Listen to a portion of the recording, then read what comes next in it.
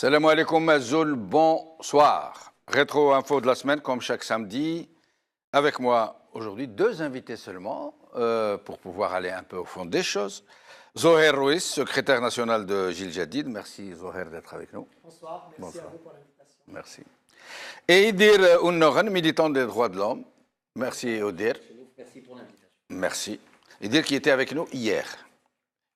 On est tellement attaché à lui qu'on l'invite tous les jours quasiment. Alors, les titres d'abord. France Info. Visa annulé. Les autorités algériennes fâchées contre l'ambassadeur de France par Géopolis. TSA. Bouteflika. Un bilan prématuré et des interrogations par Makhlouf Mhanni. Al-Watan. 20 avril 1980, 20 avril 2018. La longue marche par Kamel Medjoub. Alors, mes chers amis, nous allons essayer de traiter de trois sujets aujourd'hui.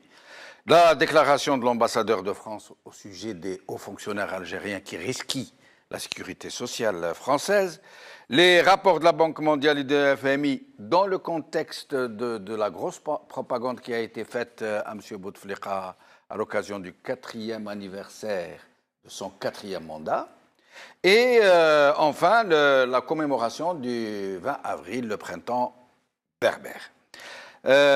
Idir, je vais d'abord vous faire entendre la déclaration de M. l'ambassadeur de France. Et après, on va en parler.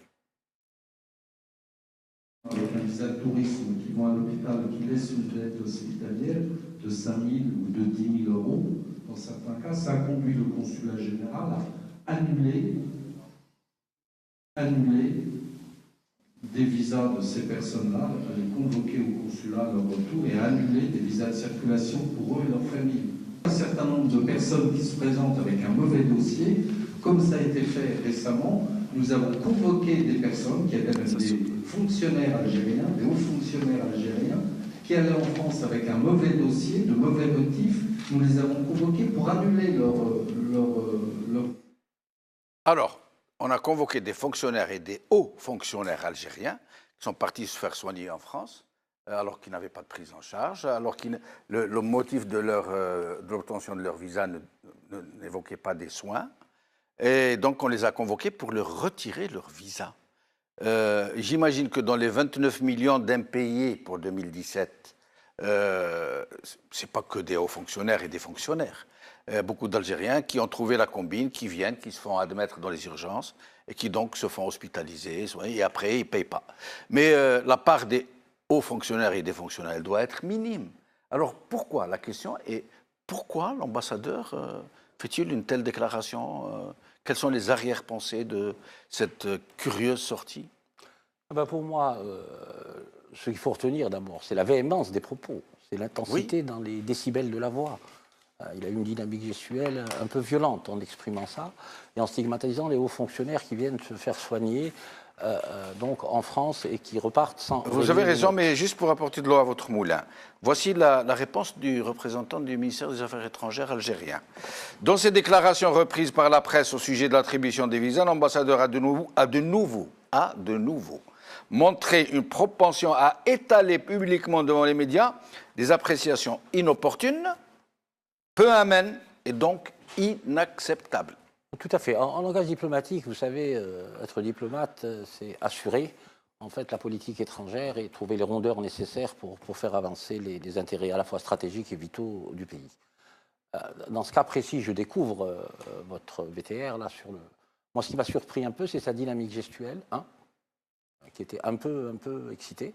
Deux, la véhémence des propos au niveau déjà la tessiture de sa voix, et un des Il était en colère, quoi. Oui, il était en colère carrément. Et puis, le fait qu'il acte quand même publiquement et avec une certaine forme de violence, qu'ils ont annulé les visas, ça prouve l'état des relations entre l'Algérie et la France. Les relations se seraient dégradées? Ça ne serait pas dégradé. Bon, pour moi, je pense que c'est un épiphénomène et je ne pense pas que ça puisse prêter. Il suffirait qu'en interne ou par d'autres canaux des excuses soient... Selon certains, ce serait un coup de semonce. Un avertissement sans frais. S'il faut relier ça aussi à la dernière visite de Macron en décembre, où M. Macron, aurait dit, ce n'est pas des indiscrétions, mais bon, c'est une forme d'analyse comme ça, aurait dit que le 5e mandat, ce serait quand même dur à faire passer, mais que le drame de l'opposition algérienne, c'est qu'elle n'a pas de projet alternatif. Et donc, à ce niveau-là, il souhaiterait peut-être une solution de statu quo encore que de prendre le risque d'avoir des événements et une instabilité du pays. Mais Zoher, Idir dit que ça pourrait être un peu dans ces eaux-là du 5e mandat qui ne serait pas très bien vu par les Français. Or, le fameux communiqué de l'Élysée qui a confirmé qu'il y a bien eu entretien téléphonique entre M. Macron et M. Bouteflika a plaidé en fait pour le contraire. Ça veut dire un feu vert quasiment pour le 5e mandat, puisque M. Macron reconnaît que M. Bouteflika parle. Et parle de sujets très complexes. Ça veut dire qu'il est aux affaires et que c'est lui qui dirige la situation. Bon, on peut penser que les Français sont particulièrement embêtés, puisqu'on voit en effet qu'ils ne savent pas trop comment se situer par rapport à cette folie, de 5e mandat souhaité par, je ne peux pas dire par Bouteflika, parce que je ne suis pas certain, à l'heure où nous parlons, qu'il puisse émettre un souhait ou toute autre volonté.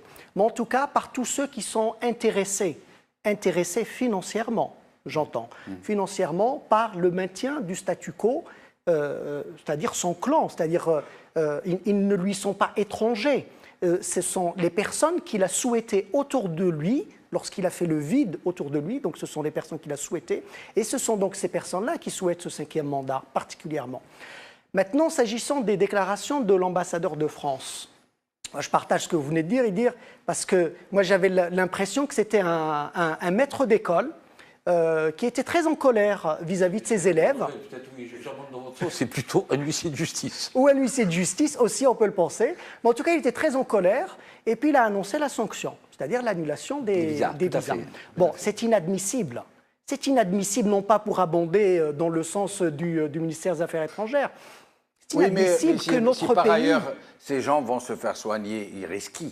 Ils vont se faire soigner de façon malhonnête, et puis ils partent sans régler la facture. Mais c'est ça, en fait, qui est inadmissible. Ce qui est inadmissible, c'est qu'on en arrive à une situation où un ambassadeur dûment accrédité dans notre pays vienne rappeler à l'ordre, vienne rappeler à l'ordre des hauts fonctionnaires de l'État algérien.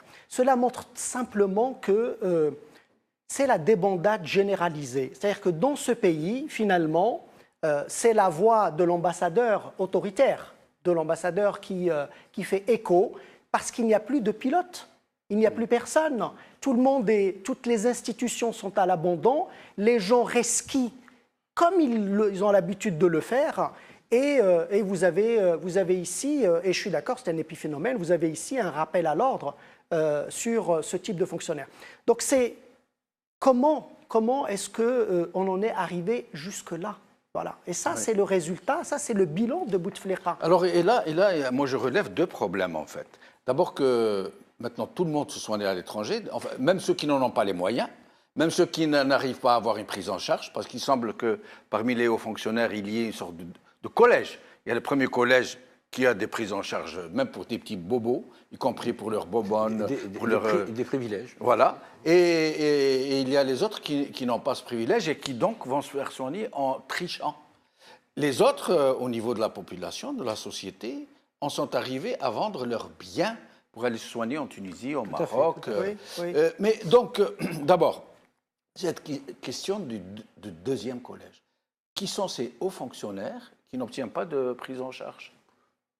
Vous savez, le problème de la prise en charge par la CNAS obéit à une réglementation. Il y a des commissions qui siègent, qui valident. Il faut que ce soit signé par un ou 2 profs dûment accrédités auprès de la CNAS pour signifier que la pathologie ne peut pas être soignée en Algérie. Et quand bien même des gens qui ont le cancer se font soigner maintenant en Algérie. Donc, par rapport à ça, je ne dirais pas qu'il y a 1er collège ou 2e collège. Je crois que ça a été une habitude et c'est une forme de laxisme aussi des autorités françaises par rapport à cette question. Mais cette question ne méritait pas d'être dite de manière publique avec autant de véhémence. Comme oui, mais qui sont ces fonctionnaires? On sait par exemple que les officiers supérieurs de l'armée ont des prises en charge, l'entourage de la fratrie a des prises en charge, les ministres, les wali, les secrétaires généraux des ministères, tous ces hauts fonctionnaires qui sont dans mais qui sont ces hauts fonctionnaires qui n'ont pas de prise en charge? Et pas seulement de la Sécu, il y a d'autres organismes qui offrent en quelque sorte des privilèges de façon très secrète. Et d'ailleurs, je rappelle qu'il n'y a même pas d'accès aux statistiques des gens qui bénéficient.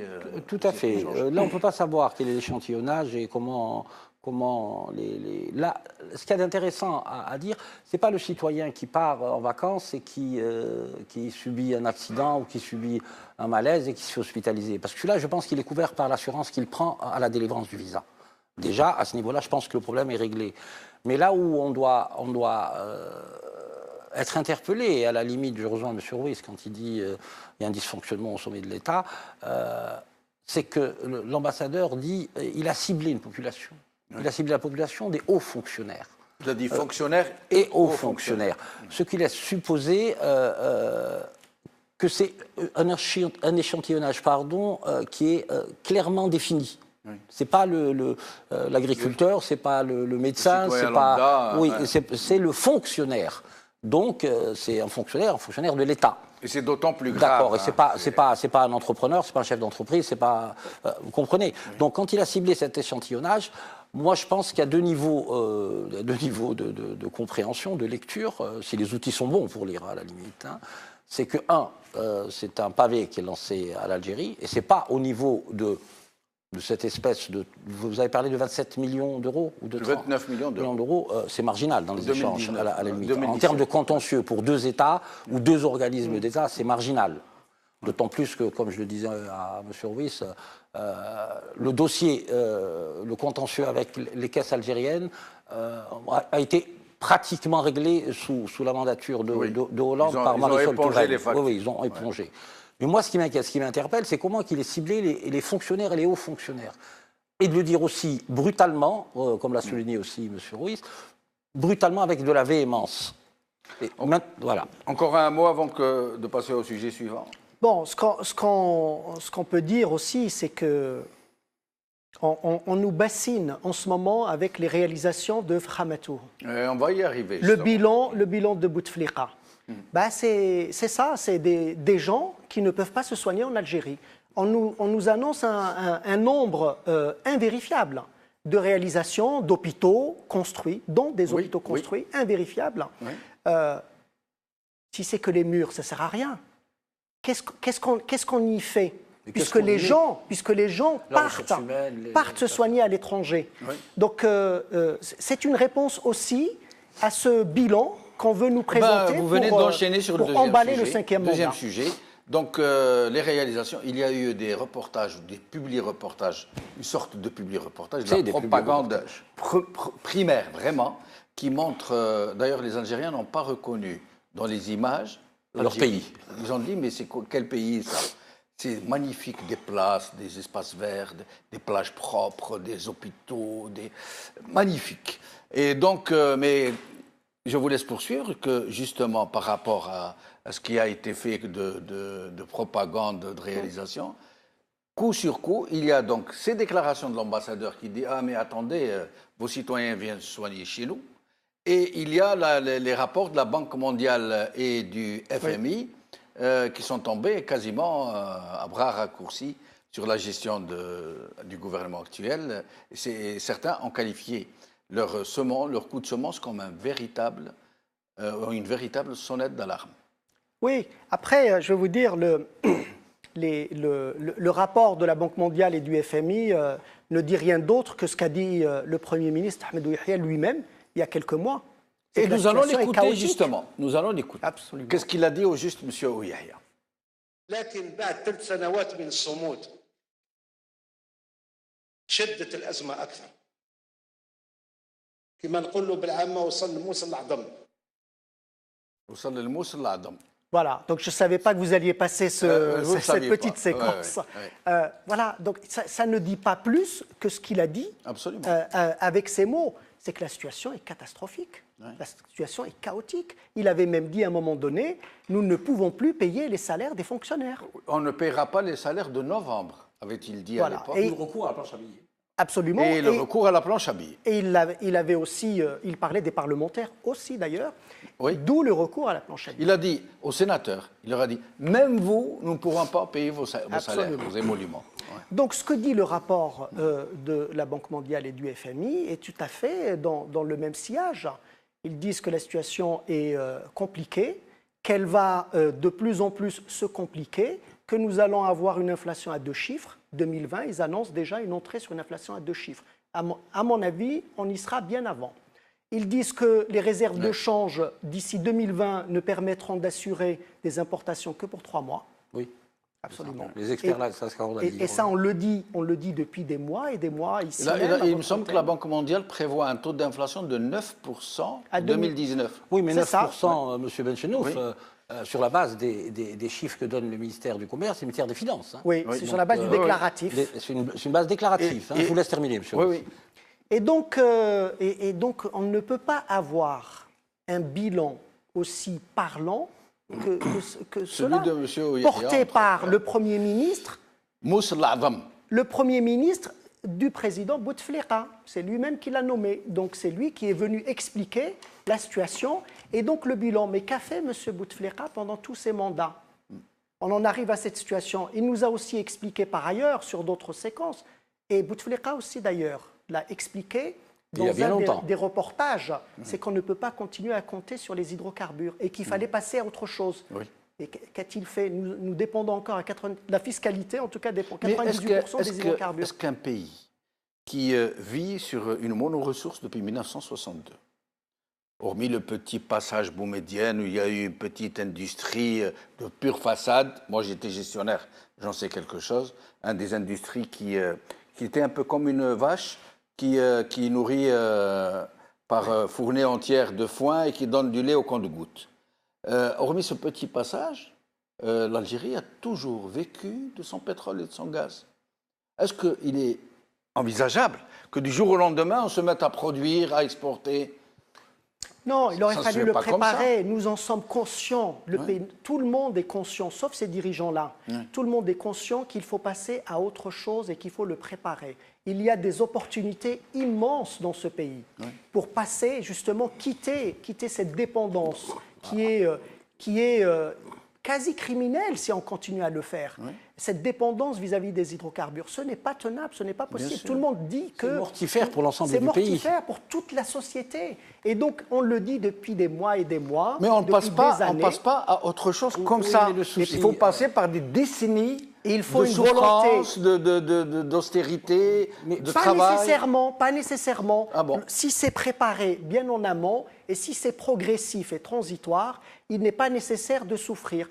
Ça aurait pu être démarré dans les années 70, parce que c'est des choses qui sont connues dans les années 80, les années 90. Mais ça n'a pas été fait. Est particulièrement intelligent, donc il ne pense pas avec sa tête ou avec ses pieds ou je ne sais pas ce qu'on nous raconte. Comme il est supra-intelligent, il aurait pu faire cette transition, mais on ne l'a pas eu parce surtout que ça ne les intéresse pas. Surtout qu'il a eu beaucoup de moyens pour le faire. Tout évidemment, à fait. Mais ça ne les intéresse pas du tout. Ce qui les intéresse, c'est le profit à court terme qu'on peut tirer des hydrocarbures et des marchés qu'il se passe entre eux, et les importations et tout ce qui est importation. Donc c'est pour ça que ça ne les intéresse pas. Donc il faut une volonté, une vraie volonté pour passer à autre chose, pour passer aux énergies alternatives, aux énergies solaires, etc. Et donc ça, comme ça ne les intéresse pas, ben, ils ne le font pas. Et de ce fait, et on revient à son bilan, ils mettent gravement en péril la pérennité du pays. Mais je dis bien pérennité du pays. Si nous pouvions parler un peu des réalisations dont on nous rebat les oreilles, l'autoroute, tous ces scandales qui ont distingué la gouvernance, la mandature Bouteflika, le scandale BRC, le scandale Sonatrach 1.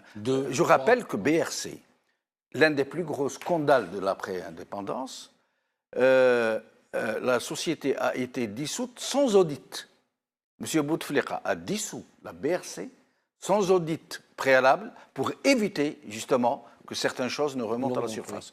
Mais il n'y a pas que ça, il y a des scandales à ne plus pouvoir les retenir. Et pourtant, aujourd'hui, on nous dit... alors, à côté, la Banque mondiale et le FMI, aujourd'hui, la Banque mondiale surtout, prévoit que 10% de la population vont être précipités dans une grande pauvreté. Prévoit une augmentation du taux de chômage et des tas de choses. Tout à fait, oui. Avant de revenir donc au bilan, moi, quand j'entends le Premier ministre, M. Yahya, et accessoirement, ou pas accessoirement, secrétaire général du RND, j'ai envie de me tirer les cheveux. Je suis en train de rêver. Mais c'est lui qui est en partie responsable. Oui. Et il vient nous dire après... Il a été 4 fois Premier ministre, oui, c'est là où je voulais en venir. Au chef du gouvernement. Donc, on n'a jamais eu de passation avec un bilan. Et vous avez échoué une fois, bon, on vous donne une seconde chance, mais pas... On ne change pas une équipe qui perd. C'est pas de manière indéfinie, à croire qu'il n'y a pas de quadra ou de quinca qui peuvent produire une politique, qui peuvent la penser, qui peuvent la mettre en œuvre, à la fois en redonnant à l'État son rôle stratège et régulateur, afin que les forces du marché puissent s'affronter, mais dans un débat sain, un État qui doit reposer exclusivement sur le droit des affaires, le droit commercial, etc. Ça, je trouve ça, c'est une forme à la fois de mépris et d'indécence. Enfin, moi, je le ressens comme ça. Quant au bilan, pardon. Oui. Et dire, moi, ce que j'aimerais comprendre, c'est vraiment un questionnement pour tout le monde, pour tous les Algériens. Pourquoi les grands commis de l'État, les ministres, pourquoi ne dénoncent-ils jamais? Ils sont soumis, ils sont autour de Bouteflika. Personne parmi eux n'a dit non, ce n'est pas vrai, Bouteflika ne nous parle pas, Bouteflika ne dirige pas, ne préside pas le Conseil des ministres. Moi, je démissionne parce que je ne veux plus faire partie d'une mafiocratie qui pille le pays. Il y en a eu un. Le ministre du Commerce, rappelez-moi son nom, Berti Laïb. Oui. Qui était malade et qui est décédé aujourd'hui. Qui est décédé, mais qui a essayé de tout faire pendant qu'il était encore en vie et en fonction pour dénoncer certains abus. Il avait même parlé de quelqu'un il avait fermé un restaurant, je crois, d'une grosse ville, et que ce restaurant avait été fermé malgré la décision de fermeture. Et puis, écoutez ce qu'il va nous dire. C'est l'un des rares ministres à avoir dénoncé le régime. D'abord, le phénomène des transferts illicites, c'est un phénomène, j'allais dire, que connaissent quasiment tous les pays en développement. On rend responsable de ces transferts illicites, généralement, les entreprises étrangères. Chez nous, les entreprises étrangères sont moins impliquées dans ces transferts. C'est souvent les nationaux qui sont impliqués dans ces transferts. C'est des gens qui ont créé des sociétés écrans, qui finalement, c'est eux-mêmes qui déterminent le prix du vendeur. Ils sont vendeurs et acheteurs en même temps, et donc ils sont rendus coupables de ces transferts, qui, de mon point de vue, c'est des transferts qui ont pris une ampleur inquiétante, c'est-à-dire quand vous comparez le coût des importations à la valeur réelle des importations, le coût il est presque de l'ordre de 30%. C'est-à-dire, en termes chiffrés et clairs, M. Berti Laïb, si vous devez nous donner un ordre de grandeur. Si vous prenez le volume global des importations, le coût, 60 milliards de dollars, c'est 30%, ça vous donne le montant plus ou moins exact des transferts qui sont organisés chaque année. Et je me permets de dire que dans la sphère marchande d'une manière générale, le taux de délinquance est très élevé. Le premier semestre de l'année en cours, nous avons enregistré plus de 24 000 constatations d'infraction. Nous avons enregistré une dissimulation de chiffre d'affaires de l'ordre de 40 milliards. Nous avons bloqué aux frontières des marchandises, premier semestre uniquement, plus de 24 000 tonnes. Et nous avons plus d'une centaine d'importateurs qui sont poursuivis en justice suite à l'action de contrôle menée par les services du ministère du Commerce. Alors que c'est une action de contrôle qui n'est pas déployée en permanence sur l'ensemble du territoire, donc ça c'est presque un échantillon, c'est-à-dire que le phénomène de la fraude, de l'évasion fiscale est un phénomène. Voilà, parmi les réalisations de M. Bouteflika, les fameux transferts illégaux de devises. Il parle de 20 milliards de dollars en très peu de temps. Transferts illégaux, ce sont par an, via les surfacturations. Tout à fait. Des gens qui se facturent eux-mêmes à des surfacturations. 20 milliards de dollars, il parle. En plus, par rapport à ça, justement, vous savez, dans n'importe quelle activité d'importation, que ce soit en produits finis surtout, pour les entrants, généralement, ça se négocie plutôt à la baisse pour faire sa plus-value ici, mais ça commissionne toujours, il n'y a pas de souci. Le souci, c'est qu'il y a des organismes. Ils ont tenté il y a quelques années de faire signer les factures par les services, les missions économiques d'Algérie à l'étranger, validées. Mais ça, ils peuvent le faire. Pourquoi? Parce que généralement, il y a un prix, ce qu'on appelle le prix grossiste international. C'est-à-dire, vous achetez une tonne de ça, ça coûte 10 $ la tonne. Bon, ça fluctue entre 9, 9,5, 10, 10,5, 11. Et là, on peut faire jouer le fait que ce soit du premier prix, du deuxième prix, etc. Mais là, justement, il dénonce des choses que tout le monde connaît et que les populations algériennes ne connaissent pas. Mais à ce niveau-là, je crois que son courage de dénoncer tout ça, mais derrière tout ça, il n'y a pas de fait. Et parce que les gens qui procèdent de ce genre de démarche sont des clientèles du régime. Oui, ça c'est évident, elles sont protégées quelque part. Les nouveaux parvenus, la nouvelle oligarchie qui aujourd'hui ne se cache pas pour acheter des sociétés à l'étranger, des hôtels de luxe en Espagne, qui se sont retrouvés du jour au lendemain à la tête de 15-20 milliards de dollars déclarés en Europe. Donc, qui sont issus de ces fameux transferts illégaux. Transferts illicites de devises. Mais je voulais le montrer pour montrer un peu ce qu'ont été les réalisations de M. Bouteflika, en plus des autres réalisations dont on sait un peu la nature, comme l'autoroute, par exemple, l'Est-Ouest. Oui, mais on peut parler de l'autoroute, on peut parler de tout ce qu'ils ont réalisé et sur lequel ils ne cessent de communiquer. Et vous l'avez bien précisé, les Algériens se posent des questions de quel pays ou de quel endroit on parle. D'ailleurs, le FLN essaye, je dis bien essaye, depuis des mois et des mois, de monter un rapport sur les réalisations pour essayer de justifier la gabégie qu'a été les 1000 milliards de dollars dépensés. Oui. Mais si on prend le cas de l'autoroute, indépendamment de la surfacturation. De la surfacturation. Enfin, c'est quand même... C'est l'autoroute la plus chère au monde et celle qui contient le plus de malfaçons fautives au monde. Voilà. Elle a deux records. Comment on peut être fier de cette réalisation?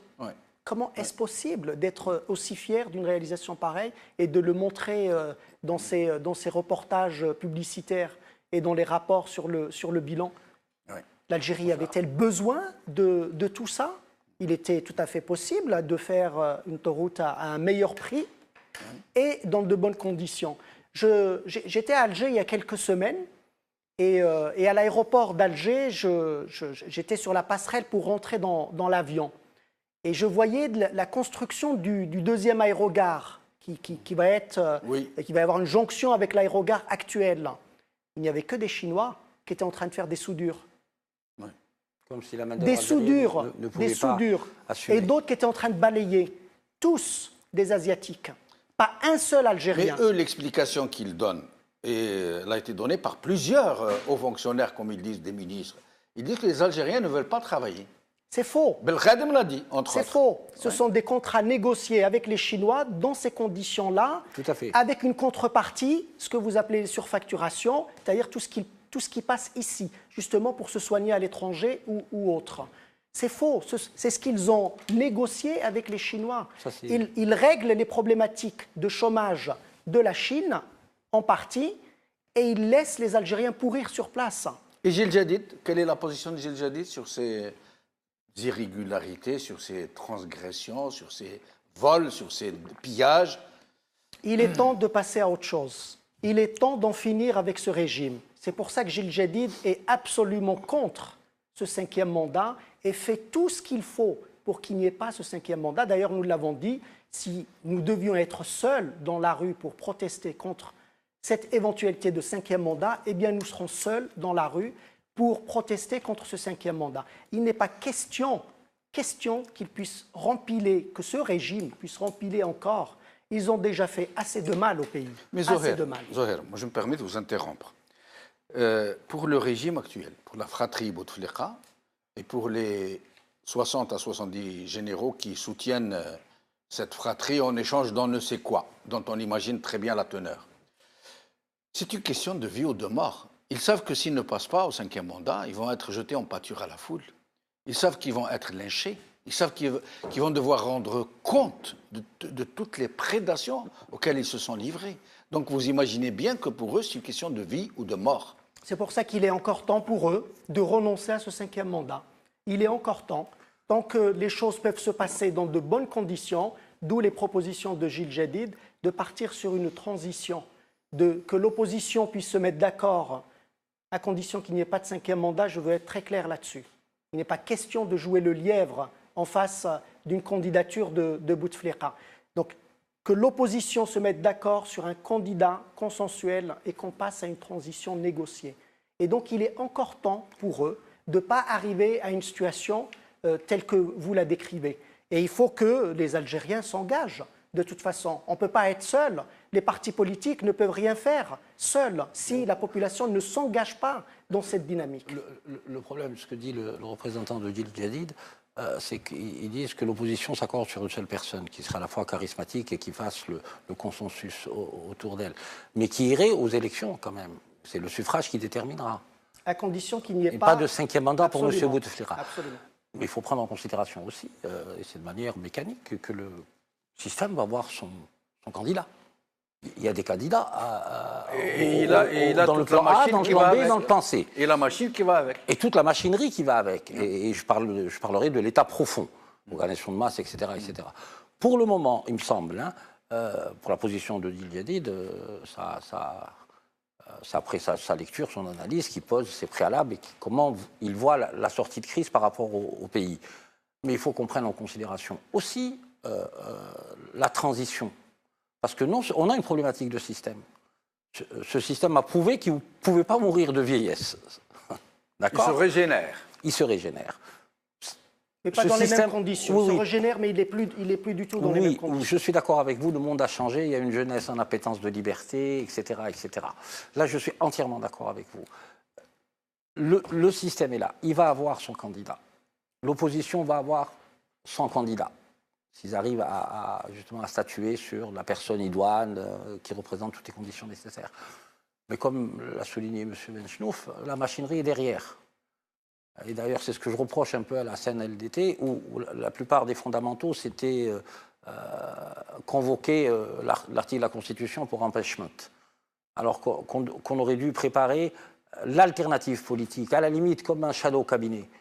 Pour telle action, pour telle action, pour telle action, les gens puissent intervenir. Gouvernement de l'ombre. Tout à fait. Chose qui n'a pas été faite. Même si la jeune génération arrive à la présidence de la République, ce que je souhaite évidemment, c'est que pour entamer la transition, il faut une vingtaine d'années. Trop de dégâts ont été commis. Même les sociologues, depuis 80 à peu près, ont développé une niche dans leur domaine d'expertise qu'ils appellent la transitologie. Si on prend l'exemple soviétique, après la Russie, la Fédération de Russie, regardez tous les oligarques du premier cercle qui étaient avec Boris Eltsine. Ils ont tous été en prison. Oui. Ensuite, bon, évidemment, Poutine est arrivé. Poutine est encore, la Russie est encore un régime, à la limite, comme on pourrait l'appeler, de démocrature. C'est-à-dire un régime autoritaire. Autoritaire. Il a essayé d'élaguer tous les oligarques. Tout ça passe par vraiment le nettoyage de tous les réflexes, de démembrer tout l'état profond que les services de sécurité ont mis en place, redonner à la société civile sa liberté de pensée, d'action, donner un cap. Moi, quand on me dit le 5e mandat de M. Bouteflika, à la limite, mais pour quel projet ?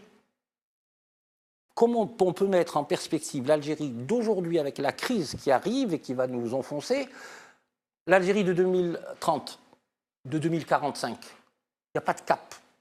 Et là, il faut une refondation de tout le logiciel idéologique du pays et de la nation. C'est dire que ce ne sera ni simple ni facile. Voilà, c'est relativement compliqué. Et nous allons passer au dernier sujet, le printemps berbère. Quelque chose à dire avant ? Oui, je voulais simplement répondre.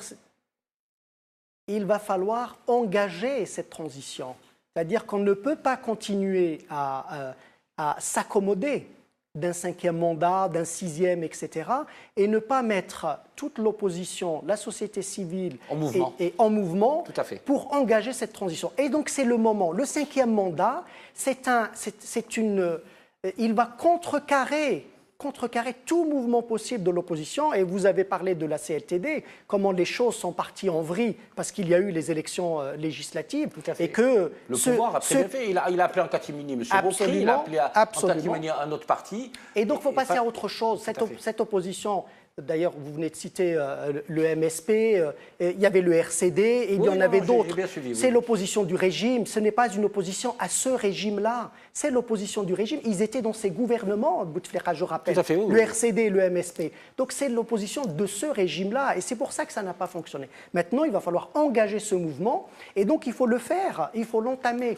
Combien même il y aurait un candidat du régime, ce que vous avez appelé le plan B, de toute façon, on ne sera plus dans les mêmes conditions, et ce régime, vous le voyez tous les jours, et le premier sujet que nous avons vu est une illustration parfaite, c'est que ce régime n'est pas monolithique. Il s'est fissuré complètement. On disait tout à l'heure qu'il n'y avait plus de pilote à bord, et donc on ne pourra plus revenir à ce qui prévalait par le passé, cette solidarité qui faisait du régime, des tenants du régime, qui faisait que rien ne pouvait venir les perturber. Et donc, nous sommes sur une nouvelle étape, et il y a de nouvelles générations. C'est une nouvelle génération, une nouvelle époque. Par contre, ce que je voudrais vous dire, c'est que bien que ce régime puisse avoir quelques fissures, quelques contradictions, qu'il ne soit pas entièrement d'accord sur tel aspect ou tel aspect de l'exercice du pouvoir, ils arrivent toujours à ce que j'appelle, moi, que je traduis politiquement, à ce qu'on appelle la neutralité positive. Il y a trop d'intérêt pour qu'on puisse fissurer. Soit ils détiennent tout, ils maîtrisent l'agenda, ils maîtrisent les clientèles, ils ont l'argent. Ils n'ont plus l'argent. Non, ils ont l'argent, attends. Ils n'ont plus. Ils vont l'avoir pour 2 ans. Ils ont l'argent dans quel sens? Ils sont dans une grande difficulté, d'où le souhait de maintenir le statu quo avec Bouteflika. Parce qu'ils sont dans l'incapacité de se mettre d'accord sur une autre personne qui puisse faire consensus. Et les trous sont tellement béants qui, à mon sens, et à date, ils ne pourront pas faire de nouveaux consensus entre eux. Donc c'est pour ça que c'est le moment pour la nouvelle génération de défoncer la porte et d'y aller et de ne pas attendre et de faire mouvement avec la société. Je vais vous dire une chose. Vous rejoignez un peu l'analyse du FFS qui est dans la déclaration de son Conseil national d'août 2015 ou 2015, oui, je pense, ou dans une résolution. Et d'ailleurs, j'avais interpellé un ami à moi. Je lui ai dit, comment vous laissez passer ça dans une déclaration ou dans leur fameuse politique du consensus national qui dépasserait les mandats et qui dépasserait les personnes et les élections. Ils disent, je suis en train de redonner l'idée, pas la phrase, nous n'avons pas encore trouvé les éléments à l'intérieur du système pouvant accompagner cette démarche. Ce que vous venez de dire en disant le système est fissuré, si l'opposition était crédible, parce que essayer de faire ça, ce que vous proposez comme schéma, comme architecture, comme mise en perspective, d'avoir une élection libre, démocratique, sincère surtout, je parle de sincérité au sens premier du terme, elle ne peut se faire que si le système est fissuré, et que je suis désolé, que l'armée soit garante. On sait que c'est le cœur nodal, que c'est l'ossature du système. Donc la crédibilité... C'est l'armée qui fait le système. Oui, évidemment. C'est l'armée qui a toujours désigné ceux qui dirigent le pays. Oui, je suis d'accord. Pourquoi tout le monde la prend comme seul arbitre, alors que l'armée, depuis 1962, est telle qui a été la force qui a désigné les présidents, hormis la période boumedienne. Et encore, Boumedienne, c'est grâce à l'armée des frontières qu'il a pris le pouvoir. Mais l'armée a toujours désigné qui doit être président. S'il y a quelqu'un qui a le pouvoir aujourd'hui dans ce pays, c'est l'armée. Et donc, pourquoi prendre l'armée comme arbitre? Cette histoire, quand il y a eu le passage pour lever le verrou des 2 mandats, on a vendu aux étrangers, et on était nombreux à penser, peut-être à ce moment-là, que l'élection pour le 3e mandat du président Bouteflika était un facteur de stabilité, parce que le job n'avait pas été fait jusqu'à présent. On était assez nombreux à dire, bon, mais pas pour le 4e. Je pense que votre président Ni pour le troisième, ni pour le premier, ni pour le deuxième, ni pour le quatrième. Non, le souci n'est pas là. Non, le souci n'est pas là. Vous n'existiez pas quand il y a eu le premier. Alors, on intervenait, on était sur le terrain, on intervenait, mais en tout cas, on le sans vous offenser, monsieur. Non, je ne suis pas offensé, mais c'est pour vous dire, on était sur le terrain et on n'a jamais soutenu en 99, je me souviens. J'étais engagé politiquement. Je ne dis pas pour vous en tant que Djil Jadid, je parle en général, je me mets à l'intérieur de la pensée, pour vous dire. Moi, je peux assumer les choses normalement. C'est qu'à un moment donné, ils se sont dit, voilà, c'est un facteur de stabilité, ça a été un outil de vente, un outil marketing. Mais là, ce n'est plus possible. Maintenant, vous me dites, M. Benchenouf, que l'armée, mais évidemment. Maintenant, est-ce que l'armée... Je vous renvoie à la dernière déclaration du chef d'état-major. À l'époque déjà, quand M. Bouteflika s'est présenté en 1999, je suis au regret de vous dire, il y avait des généraux qui incarnaient l'armée. Tous l'incarnaient. Il y avait Mohamed Al-Amari, il y avait Ismaël Al-Amari, il y avait Touati, il y avait El Bey, il y avait Abdelrahim. Tous ces généraux. Je vous mets au défi de me citer 2 généraux actuellement, à part Salah Gaïed qui incarne toute l'armée. Vous me mettez au défi de citer 2 généraux, 3 généraux, pas vous spécialement, c'est-à-dire. Oui. Il n'y en a pas, on ne les connaît pas. Ils sont dans l'ombre, là, tapis dans l'ombre. On ne les connaît pas. Tandis qu'à un moment, c'était aussi par rapport au terrorisme, par rapport à plein de choses, il y avait plusieurs voies Parce qu'aujourd'hui, aujourd'hui, il se compte par centaines. Oui, d'accord, oui, tout à fait. L'élargissement de la pyramide. 400 généraux aujourd'hui. Ensuite, les généraux qui sont dans le cœur, dans le noyau de ceux qui sont en train de protéger, de soutenir et d'imposer la fratrie Bouteflika. Ils sont une soixantaine de généraux qui ont tous les commandements. Les chefs de région, les chefs d'état-major, les chefs d'armes, etc., ceux qui sont au haut de la pyramide militaire. Mais le sujet est très intéressant, mais nous allons devoir passer au dernier sujet. Le printemps berbère. Idir était avec nous hier. On a abordé certaines questions relativement polémiques. Mais et je vais commencer parce qu'il n'était pas avec nous hier, Zoher. Pourquoi le printemps berbère n'est-il célébré que par la Kabylie? Parce qu'on a tout fait dans ce pays pour isoler les revendications qui sortaient de cette région, parce que cette région a été aussi à la pointe d'un certain nombre de revendications. Et donc, on a toujours essayé jusqu'à récemment. Et quand je dis « on », c'est ce régime, parce qu'ils sont quand même là depuis des décennies et des décennies. Bouteflika était déjà au pouvoir. Avant 62. Avant 62 et après 62, et il est encore ici. Donc, je parle d'eux, évidemment. On a tout fait pour conditionner les Algériens, leur dire il y a des Arabes et il y a des Kabyles, il y a des Kabyles qui cherchent la sécession, il y a des revendications qui ne concernent que cette région. Et donc, c'est la raison pour laquelle on est arrivé à des situations aussi ubuesques. Mais j'ai le sentiment, et j'ai plutôt confiance, que les choses ont beaucoup évolué, que les Algériens, globalement, à l'échelle du territoire national, ont dépassé ce type de évoluer comment? Évoluer dans le bon sens? Dans le bon sens. Moi, je vois aujourd'hui la présence du MAC sur le terrain, une revendication séparatiste décomplexée, qui recueille de plus en plus de sympathisants, qui est de plus en plus visible, de plus en plus présente sur le terrain. Si c'est ça, évoluer...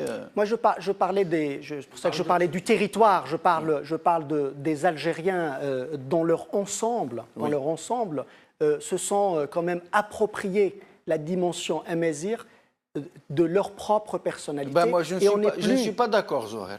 Je ne suis pas d'accord, moi, je vais vous parler très franchement. Aujourd'hui, vous allez seulement sur des réseaux sociaux, et je ne vous parle pas du reste de la population, c'est la guerre entre arabistes et berbéristes. C'est la guerre, les uns accusant les autres de toutes les trahisons possibles et imaginables, les uns refusant même la dénomination Maghreb, parce qu'elle a une connotation musulmane. Maghreb est à l'Occident du monde musulman. Ils disent non, nous ne sommes pas le Maghreb, nous sommes l'Afrique du Nord.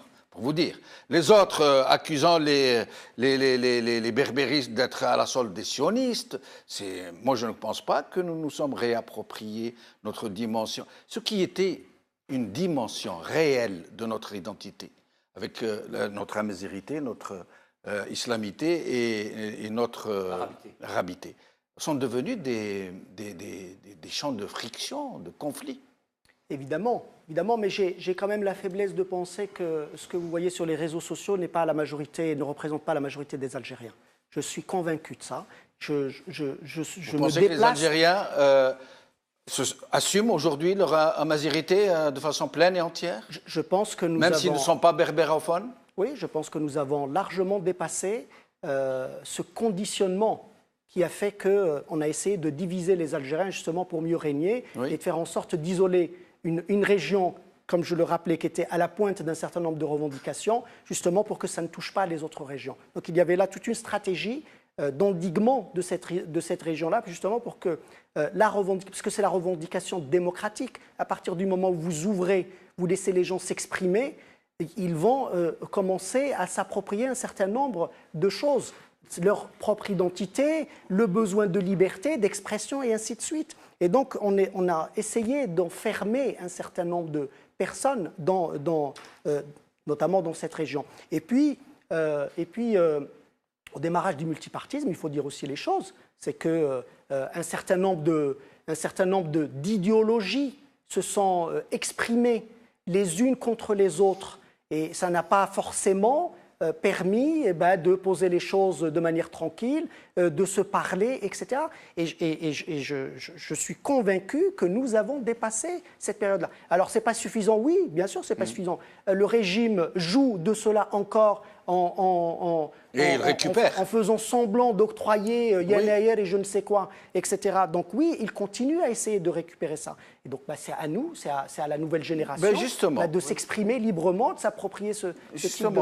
Justement, Idir, le régime, après avoir combattu, refusé toute reconnaissance de la mazirité, de cette dimension de notre identité, est devenu aujourd'hui, il est au front de la mazirité, de la praticabilité de cette identité. Il a octroyé le rang de langue officielle, nationale. Octroyé, c'est déjà au niveau de la sémantique déjà. Et il a tout fait pour le faire savoir. Bouteflika lui-même, il a dit qui parmi tous les gouvernements a octroyé. Alors, il a été le plus offensant. Il a été le plus offensant vis-à-vis de tous les Algériens et des Kabyles en particulier. Absolument, en plein Kabylie d'ailleurs. Donc il a officialisé Tamazir, il en a fait une langue nationale. Il a institutionnalisé Yanaïr. Mais quelle langue officielle? Le kabyle, le chaouia? Quelle variété ou quelle variante? Oui, mais ça, ce sera... Quel organisme sera chargé de normaliser la langue? Quelle académie, comme nous en avons parlé hier? C'est au niveau de l'académie que tout ça se décidera, à condition qu'elle ne soit pas sous le joug du pouvoir politique. Il faut qu'elle soit complètement indépendante et qu'elle puisse exercer son travail. C'est au niveau de l'académie que ça va se jouer? Oui, c'est au niveau de l'académie que ça va se jouer.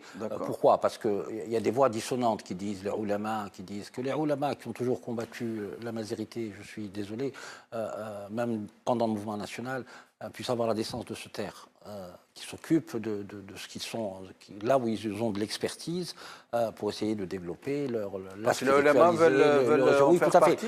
Bon, moi j'ai lu un article où M. Gessoum dit il faut une fatwa pour Tamazir. Il faut que ça s'arrête, tout ça. Cette démagogie religieuse, il faut qu'elle s'arrête, il faut qu'elle soit stoppée. Comme tous les intégrismes en général, dans la manière de penser, dans la manière d'être et comment se projeter tous ensemble pour qu'on ait une société apaisée qui se respecte. Ça, c'est un. Cependant, quand vous dites ils ont octroyé une langue nationale, c'est le fruit de beaucoup de combats. De combats où beaucoup de personnes sont décédées. Les Kabyles, je ne veux pas rentrer dans une espèce d'essentialisme, ont subi. On a assassiné quand même 126 personnes. C'est pas une bavure, parce que ça s'est étalé sur plusieurs mois. On a demandé que justice et vérité soient faites, c'est pas possible.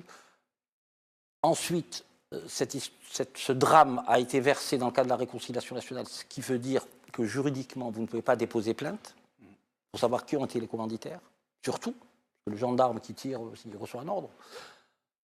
On a payé un tribut trop cher. Le boycott nous a amené le HCA, qui s'est terminé. J'ai beaucoup de respect pour les gens du HCA. J'avais des amis qui siégeaient à l'intérieur. Mais c'est devenu un élément d'état profond. D'accord. Ça, c'est important. Ouais. Cette académie qui risque d'être auprès du président de la République. C'est pour ça que je disais hier, il faut une révision constitutionnelle qui rende cette académie en dehors du champ politique. Mais justement, il nous reste 2 minutes. Alors, une question précise. Oui. Cette académie, vous avez un peu des échos? Qui va la constituer? Comment elle va être désignée? Moi, je pense qu'ils vont exactement, parce qu'ils sont assez rusés, parce qu'ils sont encore dans l'intrigue. Et je voulais que dur dise par rapport à l'académie, c'est que on va dire, tout ce que le pouvoir et le système ont octroyé, pour reprendre votre verbe, ils l'ont fait sur un double aspect, à consommation interne et à consommation externe, en prévision d'éventuels événements, et qui dirait aux puissances étrangères, ces Kabyles, ils ont tout.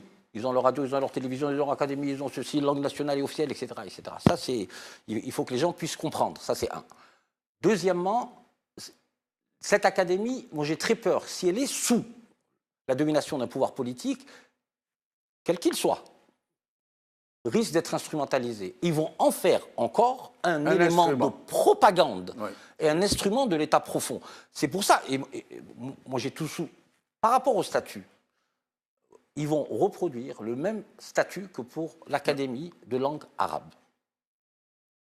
À partir du moment où je vais désigner M. Ruiz président, c'est un poste politique. Vous obéissez à la tutelle de la présidence de la République. Et il ne devrait pas être élu par les populations, si je peux dire? Pas les populations, ce serait. Mais d'abord, qui peut être éligible à devenir académicien?